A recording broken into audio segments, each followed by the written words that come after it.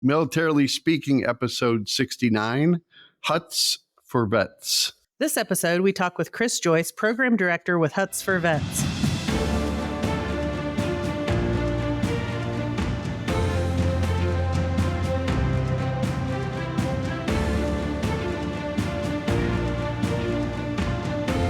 Welcome to Militarily Speaking, brought to you by Armed Forces Bank.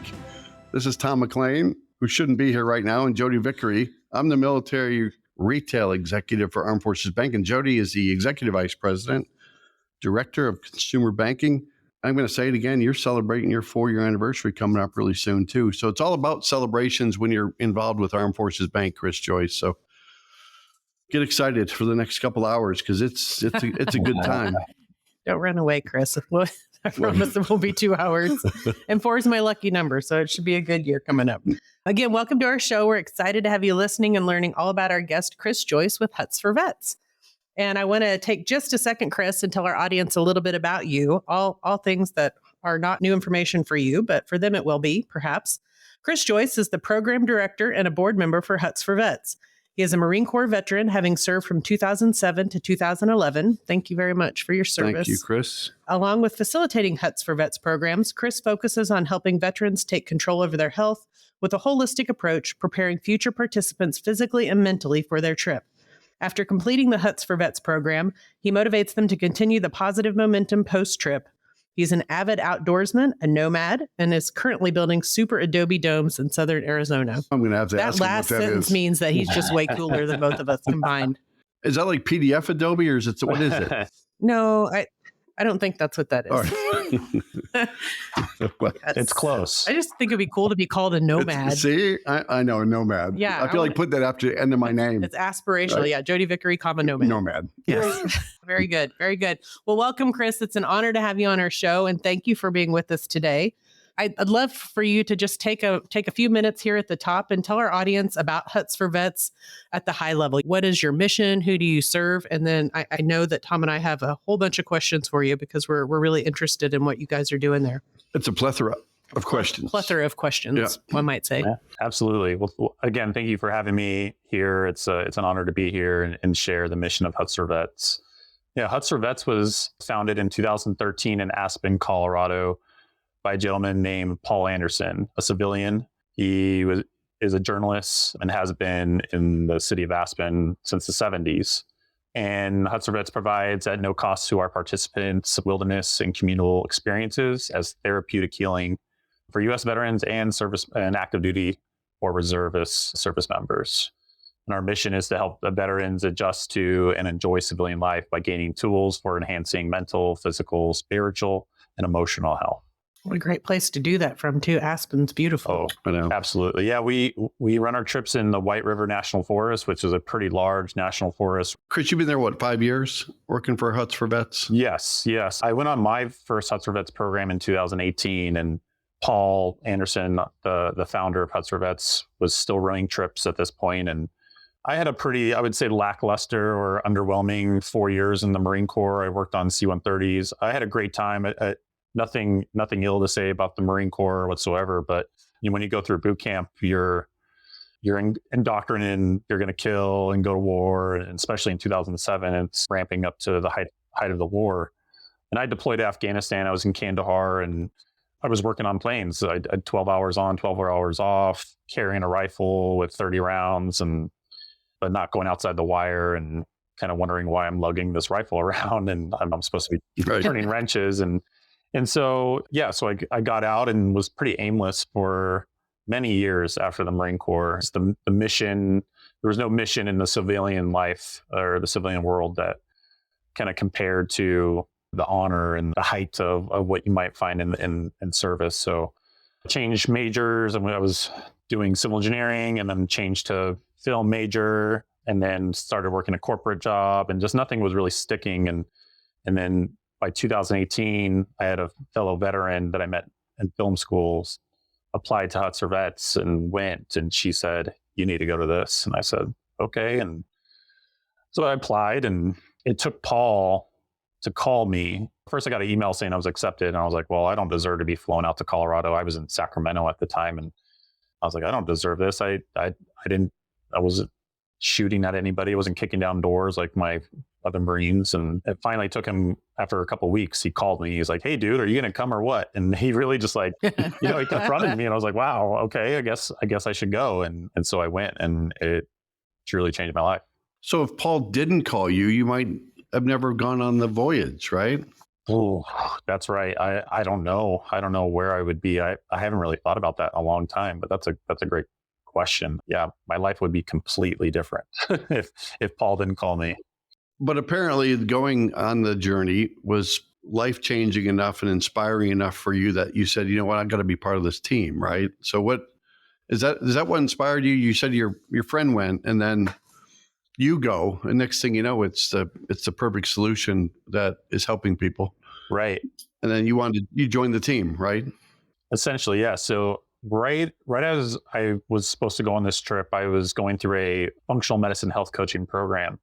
And it ended up being very serendipitous because right before I went on the trip, our instructor was telling us, you need to find your niche. What niche market or population are you going to work with? And I didn't really know. And fast forward, I'm going on this veteran trip, and I'm realizing how easy it is to be with a group of veterans and how powerful the conversations we were having and relating to all these other veterans who were experiencing the same things I'm experiencing. And it kind of just clicked. I was like, okay, my niche is veterans. Like this community is awesome. I connect with it so well. I'm invested. And that was really the buy-in for me. And we're hiking down from the hut. This is our second to last day. And Paul's on the hike with us. And I asked Paul, I was like, how can I help? How can I give back? I was ready to give back. And he said, you know what? I could use some help getting veterans ready for our trips, because we're hiking 7 miles at 10,000 feet elevation. And some veterans need some help getting ready for it, preparing physically, mentally. And I was like, that's perfect, because I'm going through a functional medicine health coaching program right now. I'm learning all these coaching techniques. And so that's how I started. I started, and this is before the pandemic, and where Zoom and Skype are just kind of like novel at this point. Yeah. So I was having these conversations with veterans who haven't been on the program, and kind of preparing them and telling them about it and answering questions and giving them workouts and goals and all that to get ready for the trip.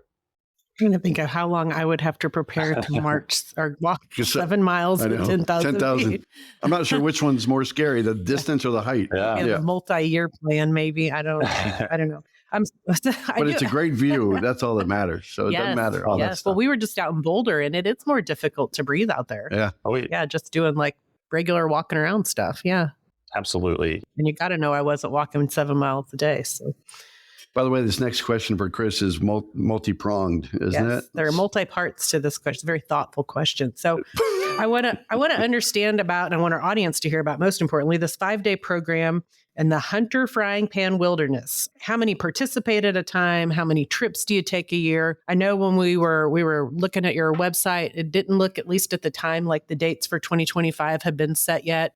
How do folks that are interested tap into that and be alerted or know when those get rolled out so that they can participate? And it's hutsforvets.org. Yes. Right, Chris? So as people listen to this podcast and want to go to your website, I'm sure as you update for 2025, that information will be out there for them as well. Yes, our website is hutsforvets.org. We actually just revamped our website, so it's nice and sparkly and very aesthetically pleasing and fresh and up to date. I think sparkly is my favorite adjective that you just used. Yeah, yes. That's how I view it, at least. So our 5-day program consists of 3 days in the backcountry. We're hiking in the White River National Forest. We utilize the 10th Mountain Division Hut Association huts. So these huts have been built since the 80s. And there's probably around 30 of them scattered in the White River National Forest. Huh, who knew? Yeah, and they connect. Well, they're primarily used in the winter for backcountry skiing, and you can ski from Leadville all the way to Aspen. And so there's a lot of rich history there with the 10th Mountain Division. They made their name in World War II, fighting up through Italy to get to Germany. And so, we utilize the 10th Mountain Division huts. They're off-grid backcountry huts, where we have to truck all of our food and water up to them. And it's the perfect setting to relax, to unwind, to disconnect from the buzz of the veterans' daily grind. Our wilderness trips, they feature a curriculum of readings related to nature and service. From this curriculum, we hold group discussions where we talk about ideas, we share our intellect. It's not necessarily an English college lecture or course, but we're there to dive into the deep intellect that veterans have.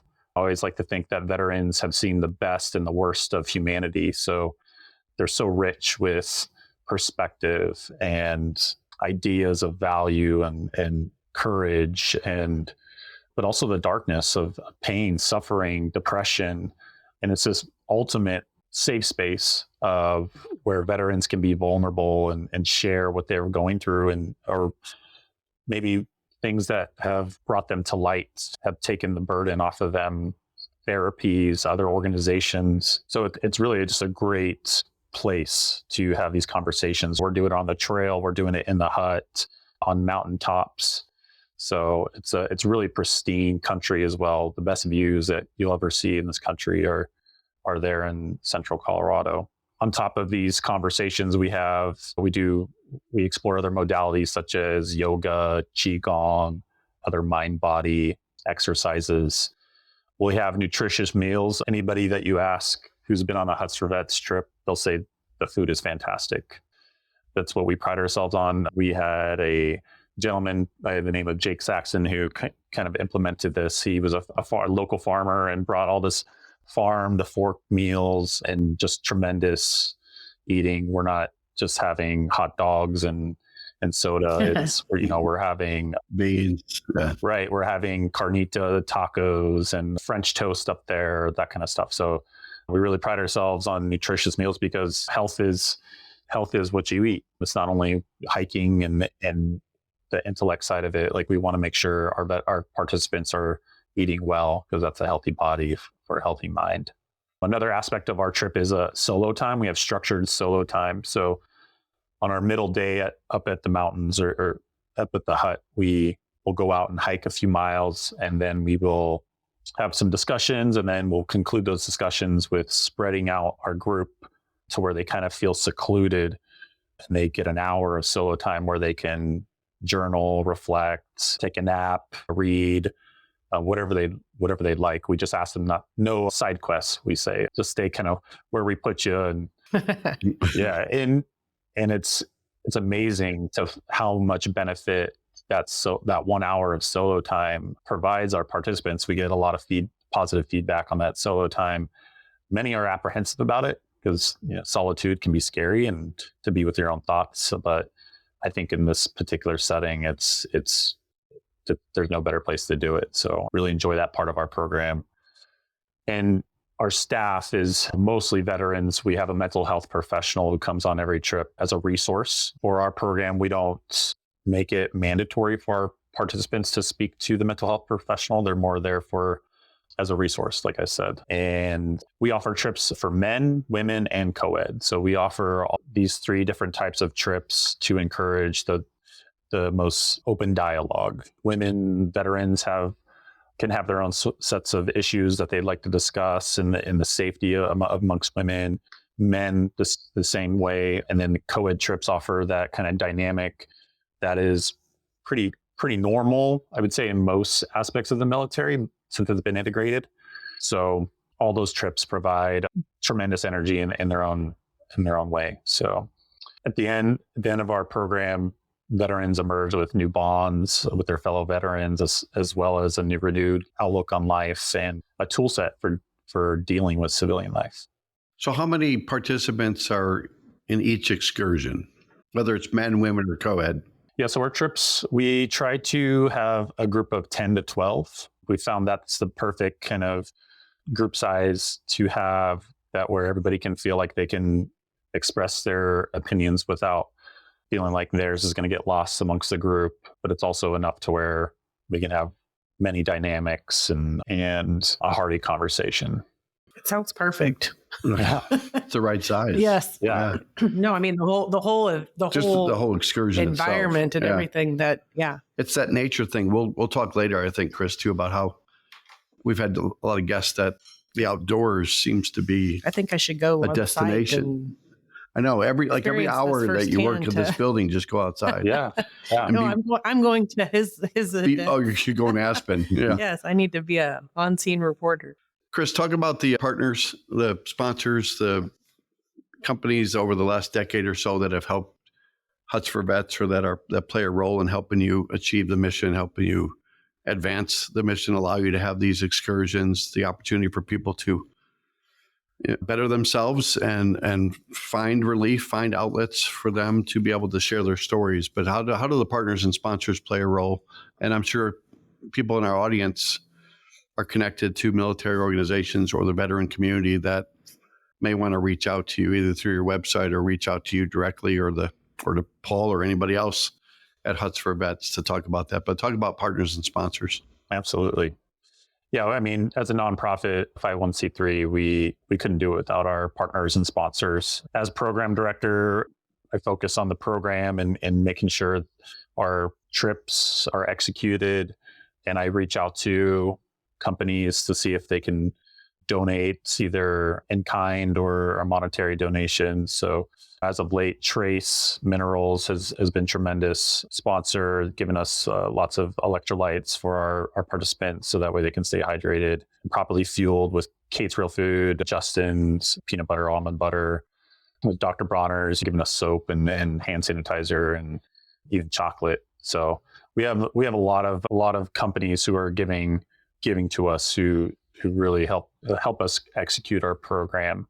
We also have lots of local donors who support us year round, and it's just tremendous. We hold a golf tournament every year in Aspen, and the Aspen Glen Club has been our new home, and it's been wonderful there. It's great. Yeah, and we're always looking for new sponsors and partners, and they can find us at hutsforvets.org. They can send us a check. Our address is on there. We need all the support we can get to continue to run these trips.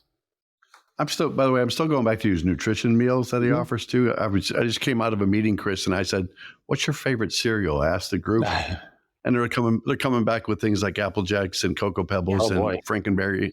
Okay, and I'm like, I don't think they would fit on the menu with your team. No cereal on our team. I mean, I tell all the veterans, like, hey, you can bring your snacks, but we're gonna have like eggs and bacon, and keeps you sharp too when the healthy body, right? That's right. Healthy body, healthy mind. Yeah.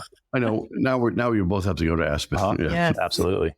And they're probably real eggs too. I was about a week ago old when I learned like hotels use powdered eggs. Oh, yeah. Did you know that? Oh no, I did not know that. Shut it down, Jodi.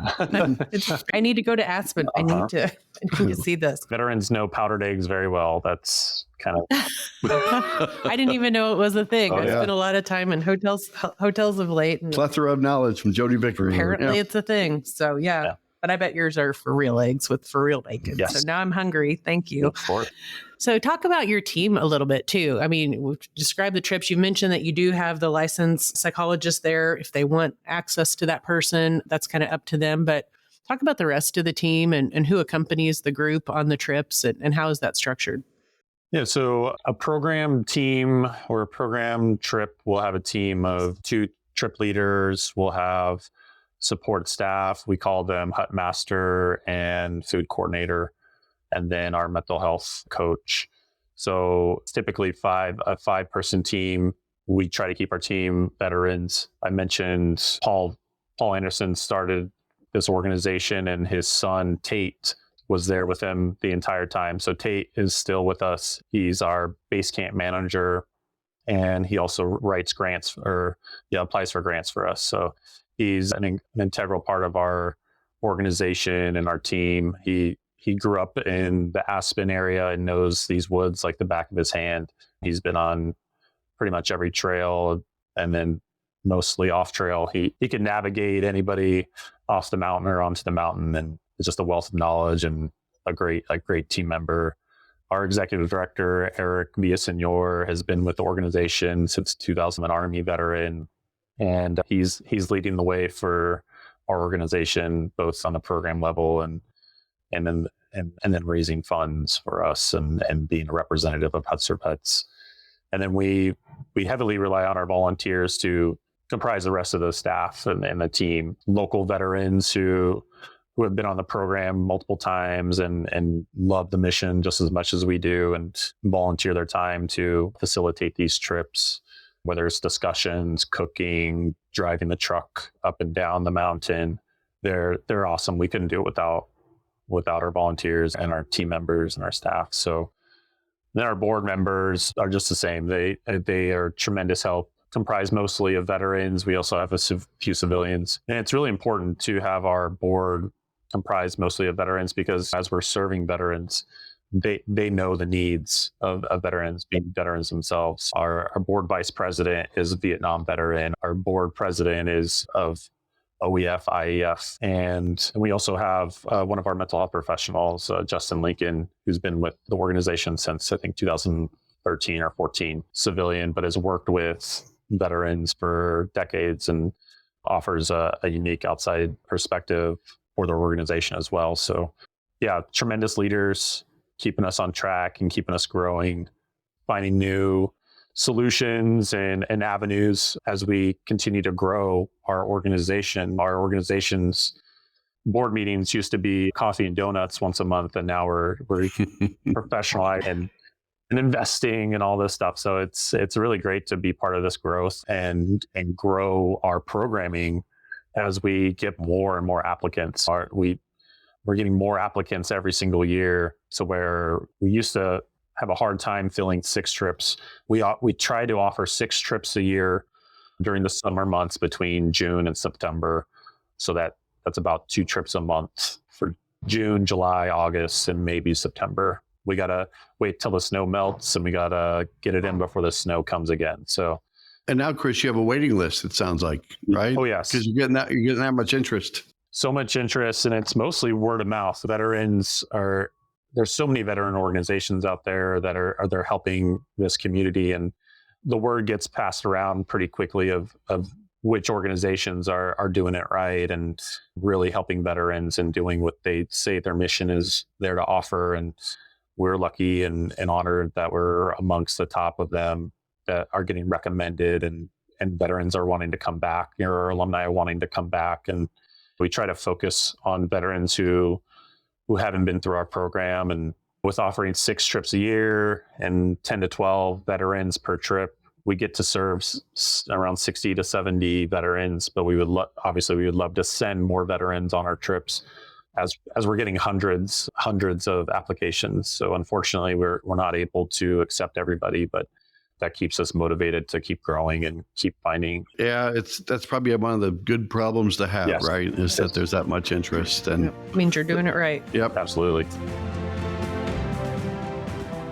As a military spouse, I understand how unpredictable life can be. Whether it's a PCS move or just everyday expenses, money can be tight. That's why it's so important to have a checking account that works for you. Armed Forces Bank offers our Access Freedom checking accounts designed with military families in mind. If you're looking for no monthly fees, early military pay, and no fee access to over 38,000 ATMs nationwide, we've got you covered. Plus, with our user-friendly mobile app, managing your money is a breeze, no matter where you're stationed. And with about 75% of our team affiliated with the military, Armed Forces Bank really understands the challenges faced by the military and their families. We've been supporting military families for over 100 years, so you know we'll always have your back.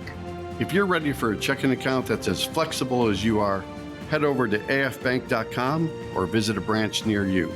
Armed Forces Bank, serving those who serve. Member FDIC, $25 opening deposit and e-statements required. Direct deposit required for early military pay. Closing new accounts within 90 days of opening will result in a $25 early closure fee. Message and data rates charged by your mobile phone carrier may apply.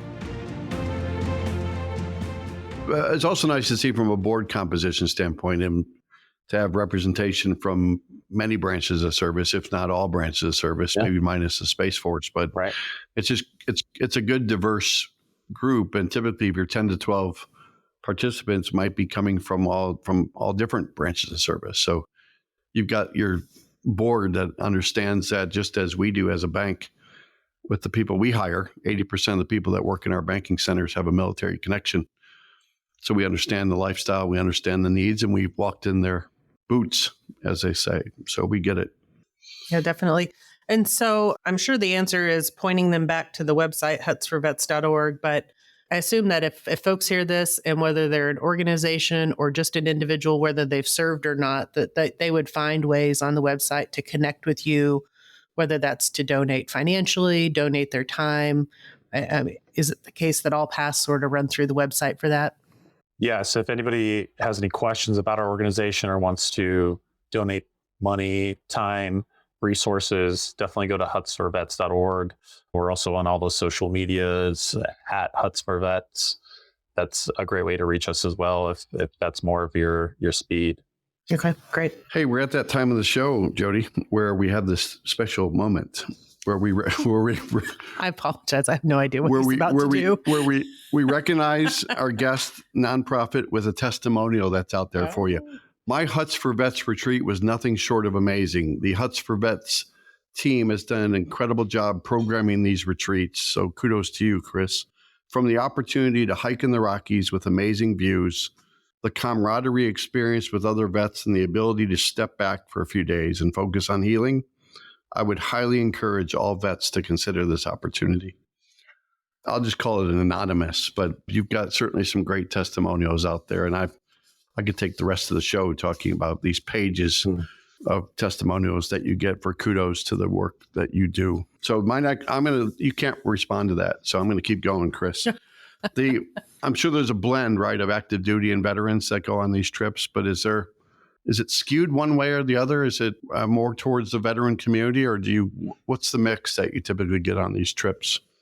Yes, I would say majority of our participants are veterans. I would say close to 95% of our participants are veterans. Very few active duty. I would say that's because active duty, you're busy with the mission that's currently going on. However, I would say this year we had a few active duty Air Force men come on our trip who are in the process of transitioning out of the military, which is tremendous. I think that's the way to do it. If you're active duty, our organization would be a great transition process or a journey to go on to learn from veterans who have been out for a while, to gain perspective on how to transition out, to gain tools on and perspective of like, hey, this wasn't offered to me when I got out. This is my journey of getting out, or these are the troubles that I had. So I think active duty members or even reservists who are looking to leave the military service, a trip like ours would be perfect to attend as they look to separate, just to gain tools and perspective on and strategies on how to exit the military seamlessly. Yeah, no, that's a big transition, no matter what the circumstance. So yeah. Yes. We did notice too that you had, as an organization, participated in a study with the Eastern Psychological Association. It had some pretty significant findings. I think anecdotally, it makes sense, kind of what we would all believe to be true about this kind of immersive experience. But could you share some of the findings from that survey with our audience that just further support this process and this journey that you're taking veterans on? Yeah, we've been a part of a few studies now, and as an operations guy, I don't really pay too much attention to the studies, but I obviously they're super important for research, because research backing our modalities is going to lead to more funding, which allows us to serve more veterans. So I'm very honored to be a part of these studies, and they find, like you said, we see the anecdotal results of our trips where people are leaving with like a renewed sense of purpose, or a set of tools that they can take back home to cope with stress or depression or anxiety. But the results from these studies are showing a significant decrease in depression, anxiety, stress, and an increase of a sense of belonging and right. Mm-hmm. and all these other positive factors, happiness and just optimism. So there is this interesting find that from the baseline of, say, factor of negative affect. It goes down tremendously from baseline to the last day of our trip. But we see with all these types of measurements, we kind of see this kind of like an uptick back. We call it the post-trip blues, where veterans, they go on this tremendous trip and they have a great time, and then they get back to reality and they're like, man, that trip was so awesome. I miss it. I miss I'm going to go live out in the mountains. Right. Yeah. I could see how that would happen. Yeah. So I always find that interesting and that's where I kind of come in as part of my duties and my mission with Hustler Vets is to keep in touch with veterans as much as I can. As the years go on, there's so many veterans. So it can be challenging to keep up with all of them, but I like to touch base with them periodically and see how they're doing and see what kind of tools that they're still utilizing and kind of challenge them to connect with local veteran organizations in their area and stay in tune with that community. So yeah, these studies are great. I think we're currently working on another study to be a part of, and it's just going to benefit veterans and veteran organizations.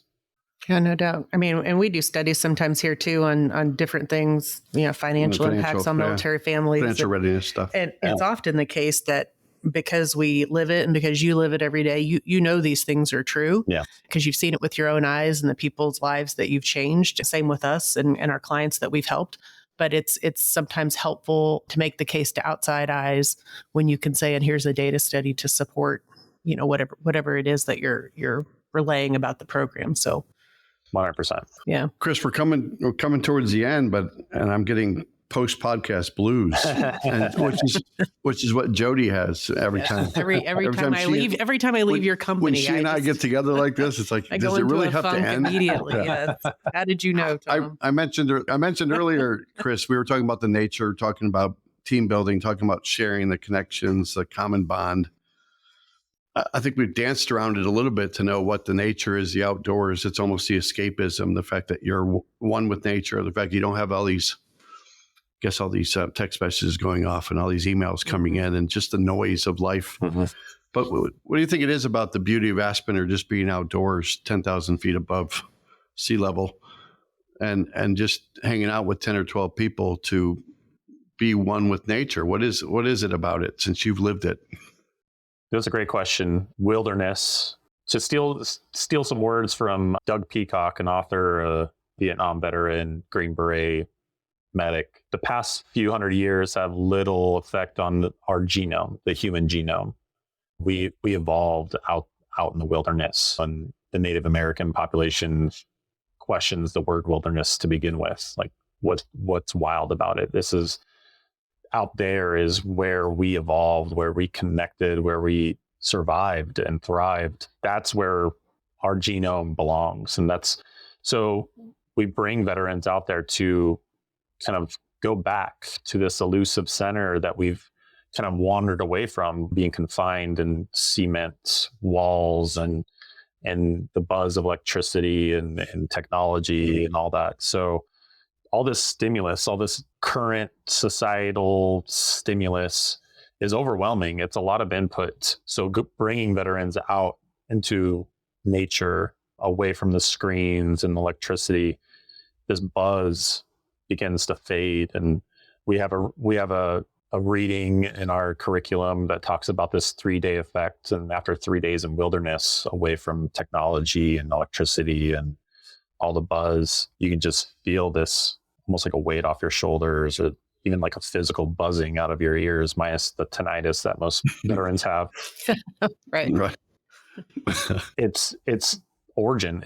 I would say if there was one word for it, it's origin. Heading back to the origin of humanity, and another aspect about nature is relating to animals. It's funny, we being in the middle of Colorado in the mountains, we'll run into deer, elk, moose. We'll see bear sign. We haven't run into any bear lately, thankfully. But if we do see an animal, sometimes I walk up on the group and everybody's looking in the same direction, and kind of everybody's body is facing towards this certain direction. And I happen to look, and it's probably a deer, a big buck. And that's the power of animals and out in nature, is that it holds everybody captive, because animals don't tax themselves in the forethought of grief or the doom or anxiety of societal pressures. And so to have this spectacle of an animal in the most natural setting possible, we take awe. We're almost taking notes of just how to be and how to just run on instinct. It's a tremendous feeling. And that's what nature provides, is this kind of reset, this guidance back to origin. And it's literally grounding as well. And some people might find it woo-woo, but I love grounding. I like get my bare feet on the ground and the dirt and the mud.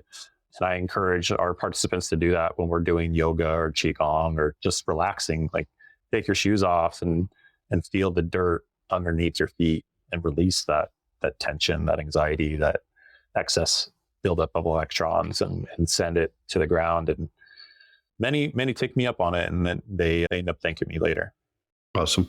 I'm relaxed just hearing him talk about that. I'm going to have to go have solo time this afternoon. Yes. Yeah. And so, I mean, I know that you found your niche with the veteran community, but hearing you describe this, I mean, I think if all adults went through, I mean, just based on how high strung everything in society is today, gosh, there's such a place for everything that you're describing. I mean, I think about when I go on vacation, it takes me 2 or 3 days to start to unwind. Then I get like 1 day of relaxation.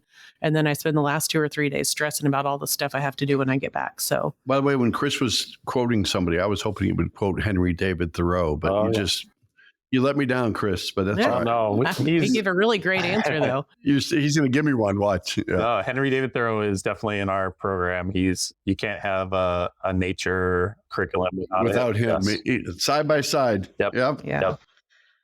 And this may be the toughest question of the day. I don't know, but as your list of people that have been on this journey with you has grown, is there one that stands out to you? Obviously, without disclosing any personal information, but one that stands out to you that you think about when you wake up and you're like, "This is why I'm doing this." Yes. One that you could share with our audience. Yeah. So we had a participant on a trip a few years ago. We'll call him Justin, Army veteran. He was in an explosion that rattled his brain so much that he lost his ability to read. Not only could he not read, he could not understand what numbers were. Meaning, if I held up 3 fingers, he couldn't tell me what that meant. So he spent years and years. He was discharged and spent years rehabbing, relearning how to read, how to count. He was married, had a young daughter. That was what kept him, in his words, that's what kept him alive. It was such a struggle for him to really learn how to read, to be a basic functioning human. And he contemplated suicide multiple times. And he always came back to, I want to be able to read to my daughter. And this is all after he's on the trip with us. And we have these group discussions where we're reading out loud passages, and Justin's raising his hand to read, and he's doing his best. He's reading, he's fumbling on words, mispronouncing, he's getting lost in the sentences. And at first we're like, okay, like not everyone's a strong reader. That's okay. But he kept volunteering to read. And after a while, I'm like, why is Justin, like, he's obviously not the strongest reader. Like, why does he keep offering to read? And then he tells us his story, and I'm just thrown back. I was like, wow. The courage that Justin had to not only share his story, but to continue to volunteer to read in front of his peers, a peer group that is probably the harshest peer group that you'll ever have or be a part of, because iron sharpens iron. But he had the courage to continue to read in front of us despite his imperfection. Being around Justin, I can never complain about a minor inconvenience or even a major inconvenience, because I mean, this man. This man overcame some of the most tremendous obstacles, and then to not only overcome them, but to test them, to continually test his standing amongst his peers, to be vulnerable, is just a tremendous inspiration. And I'll never forget Justin and his courage around. Great story. Yeah, thank you for sharing that. Appreciate you sharing that. And I think about the fact that's a testament to the environment that you have created in this program. So you've created this place where it was safe for him to be courageous and vulnerable and to do that. Absolutely. Is it time? I think that it is. I think that it is. Unless there's anything else, Justin, that we have forgotten to ask that you think it would be really important for our audience to know about Huts for Vets. Well, like I said earlier, Huts for Vets is continuing to grow. We're finding new ways to strengthen our programming. Not only do we want to continue to offer women's trips, men's trips, and co-ed trips, but we understand the dynamic and the hardships that military life can have on a family unit.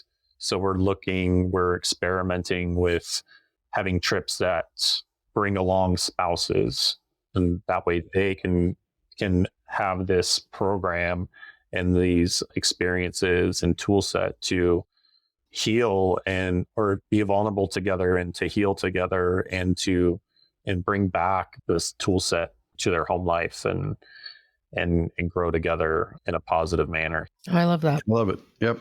Yes. Now, Tom, I think it can be time. It's time for the Military Minute.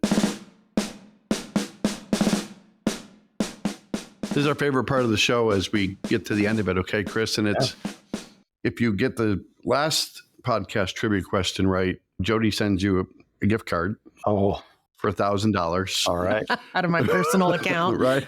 Wow. Wait, there's fine print somewhere. But this question, he might know the answer to the last podcast question. Yeah. Because of the nature of it. Yes. So we'll see. You can't answer this one. The second one, we're not going to let you take a stab at. But on our last Military Minute, it was a question about our previous guest from the Headstrong Project, if you remember, Tom. I do. And it was, what percentage of clients who come for a first session return for further treatment? So if you were to guess, Chris, knowing in the mental health profession, from 0% or having connections to that, yeah. So he's got a 100. You got a 1 in 100 chance of getting it. Oh, that's easy. Pretty good. I like those odds. I like those odds. I'm going to play I'm playing Powerball tonight. I'm just gonna go with one of my favorite numbers. I'm gonna say 81%. Ooh, I was going to say go one less than 98. That would have been a good hint. But 97%. 97%. Which is a pretty remarkable number. 81 would be remarkable. Yes. 97, stellar. And so if you answer 97%, if you were a good listener, because that one was in the podcast last time. It was. You didn't have to go do research. So we'll blame Chris because Chris didn't prepare well enough and listen to all 60 some odd memorize episodes. them from start to finish. Yep. So if you answered 97%, watch for your name to drop as the lucky winner of $50 for yourself and $50 to a charity of your choice. Like Huts for Vets. Like Huts for Vets. You can go to hutsforvets.org and take care of that.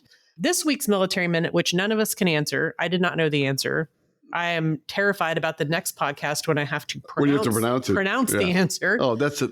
See, that's a spoiler alert, Jodi. Come on. It's not. So there is a song called Rocky Mountain High. You might be familiar with it. Look, he sang the first one verse in it. Sing a little bit. Yeah, we're going to sing it here in a minute together.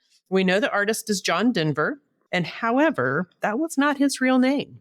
Oh. I was years old when I learned that. I would have thought that his name was. I mean, that's such a cool name. But now that I get it, Rocky Mountain High, Denver. That's I'm here totally for you. A made up name. Yeah. But I was years old when I learned this. But what was his original last name, audience? Nobody answered. Not Chris Joyce. It was not Chris Joyce. Yeah. No, he can't answer it. So, and it's not Henry David Thoreau. Consult your friend Google, wherever you find tidbits about random musicians, and drop your answer when you see this week's podcast drop. And if you answer correctly, you too could win $50 for yourself and $50 to a charity of your choice. Huts for Vets. Beautiful. I feel smarter. Can you sing another John Denver song? Or can you name another John Denver song? Is he the one that sings Take Me Home Country Road? That's right. Yeah. Isn't that what when they play in Germany, the NFL? I know Sweet Caroline is what they play in London. All right. They play that but they play Country Roads when they play in the Germany. They play that at West Virginia, University of West Virginia, don't they? No. Yeah. They're Tennessee. What's West Virginia's? Mountaineers. Right. Okay. Right. Wow. Oh, is Chris still here? All right. Let's go. Sorry, Chris. All right. So if you enjoyed today's episode as much as Chris Joyce did, go out to afbank.com and subscribe to the show. You can also rate us, leave us a comment on your favorite podcast platform like Apple Podcasts, Spotify, and YouTube. So, Chris, you're going to be famous again. Yes. And be on all these different podcast platforms. Thank you. You have a great passion for what you do. Thank you for representing your organization so well today.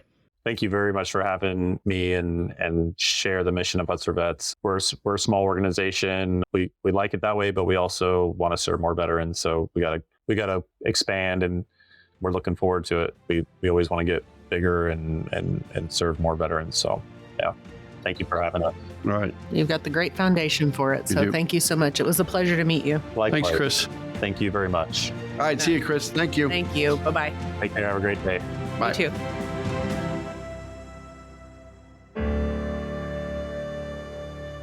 Copyright Armed Forces Bank, member FDIC, equal housing lender. All non-Armed Forces Bank owned apps, websites, company names, and product names are trademarks or registered trademarks of their respective owners. Their mention does not imply any affiliation with or endorsement by Armed Forces Bank of them or their products and services. They are merely used as examples of the many available apps, companies, and websites that offer similar services. Before using any app or website, you should carefully review the terms of use, data collection, and privacy policy. Apps may have an initial cost or in-application purchase features. This information is general in nature and is not intended to be legal, tax, or financial advice. Although Armed Forces Bank believes this information to be accurate, it cannot ensure that it could change. Statements or opinions of individuals referenced herein are their own, not Armed Forces Bank. Consult an appropriate professional concerning your specific situation and respective governing bodies for applicable laws, such as IRS.gov for current tax law. Armed Forces Bank, the Armed Forces Bank logo, and the Militarily Speaking logo are registered trademarks of Armed Forces Bank.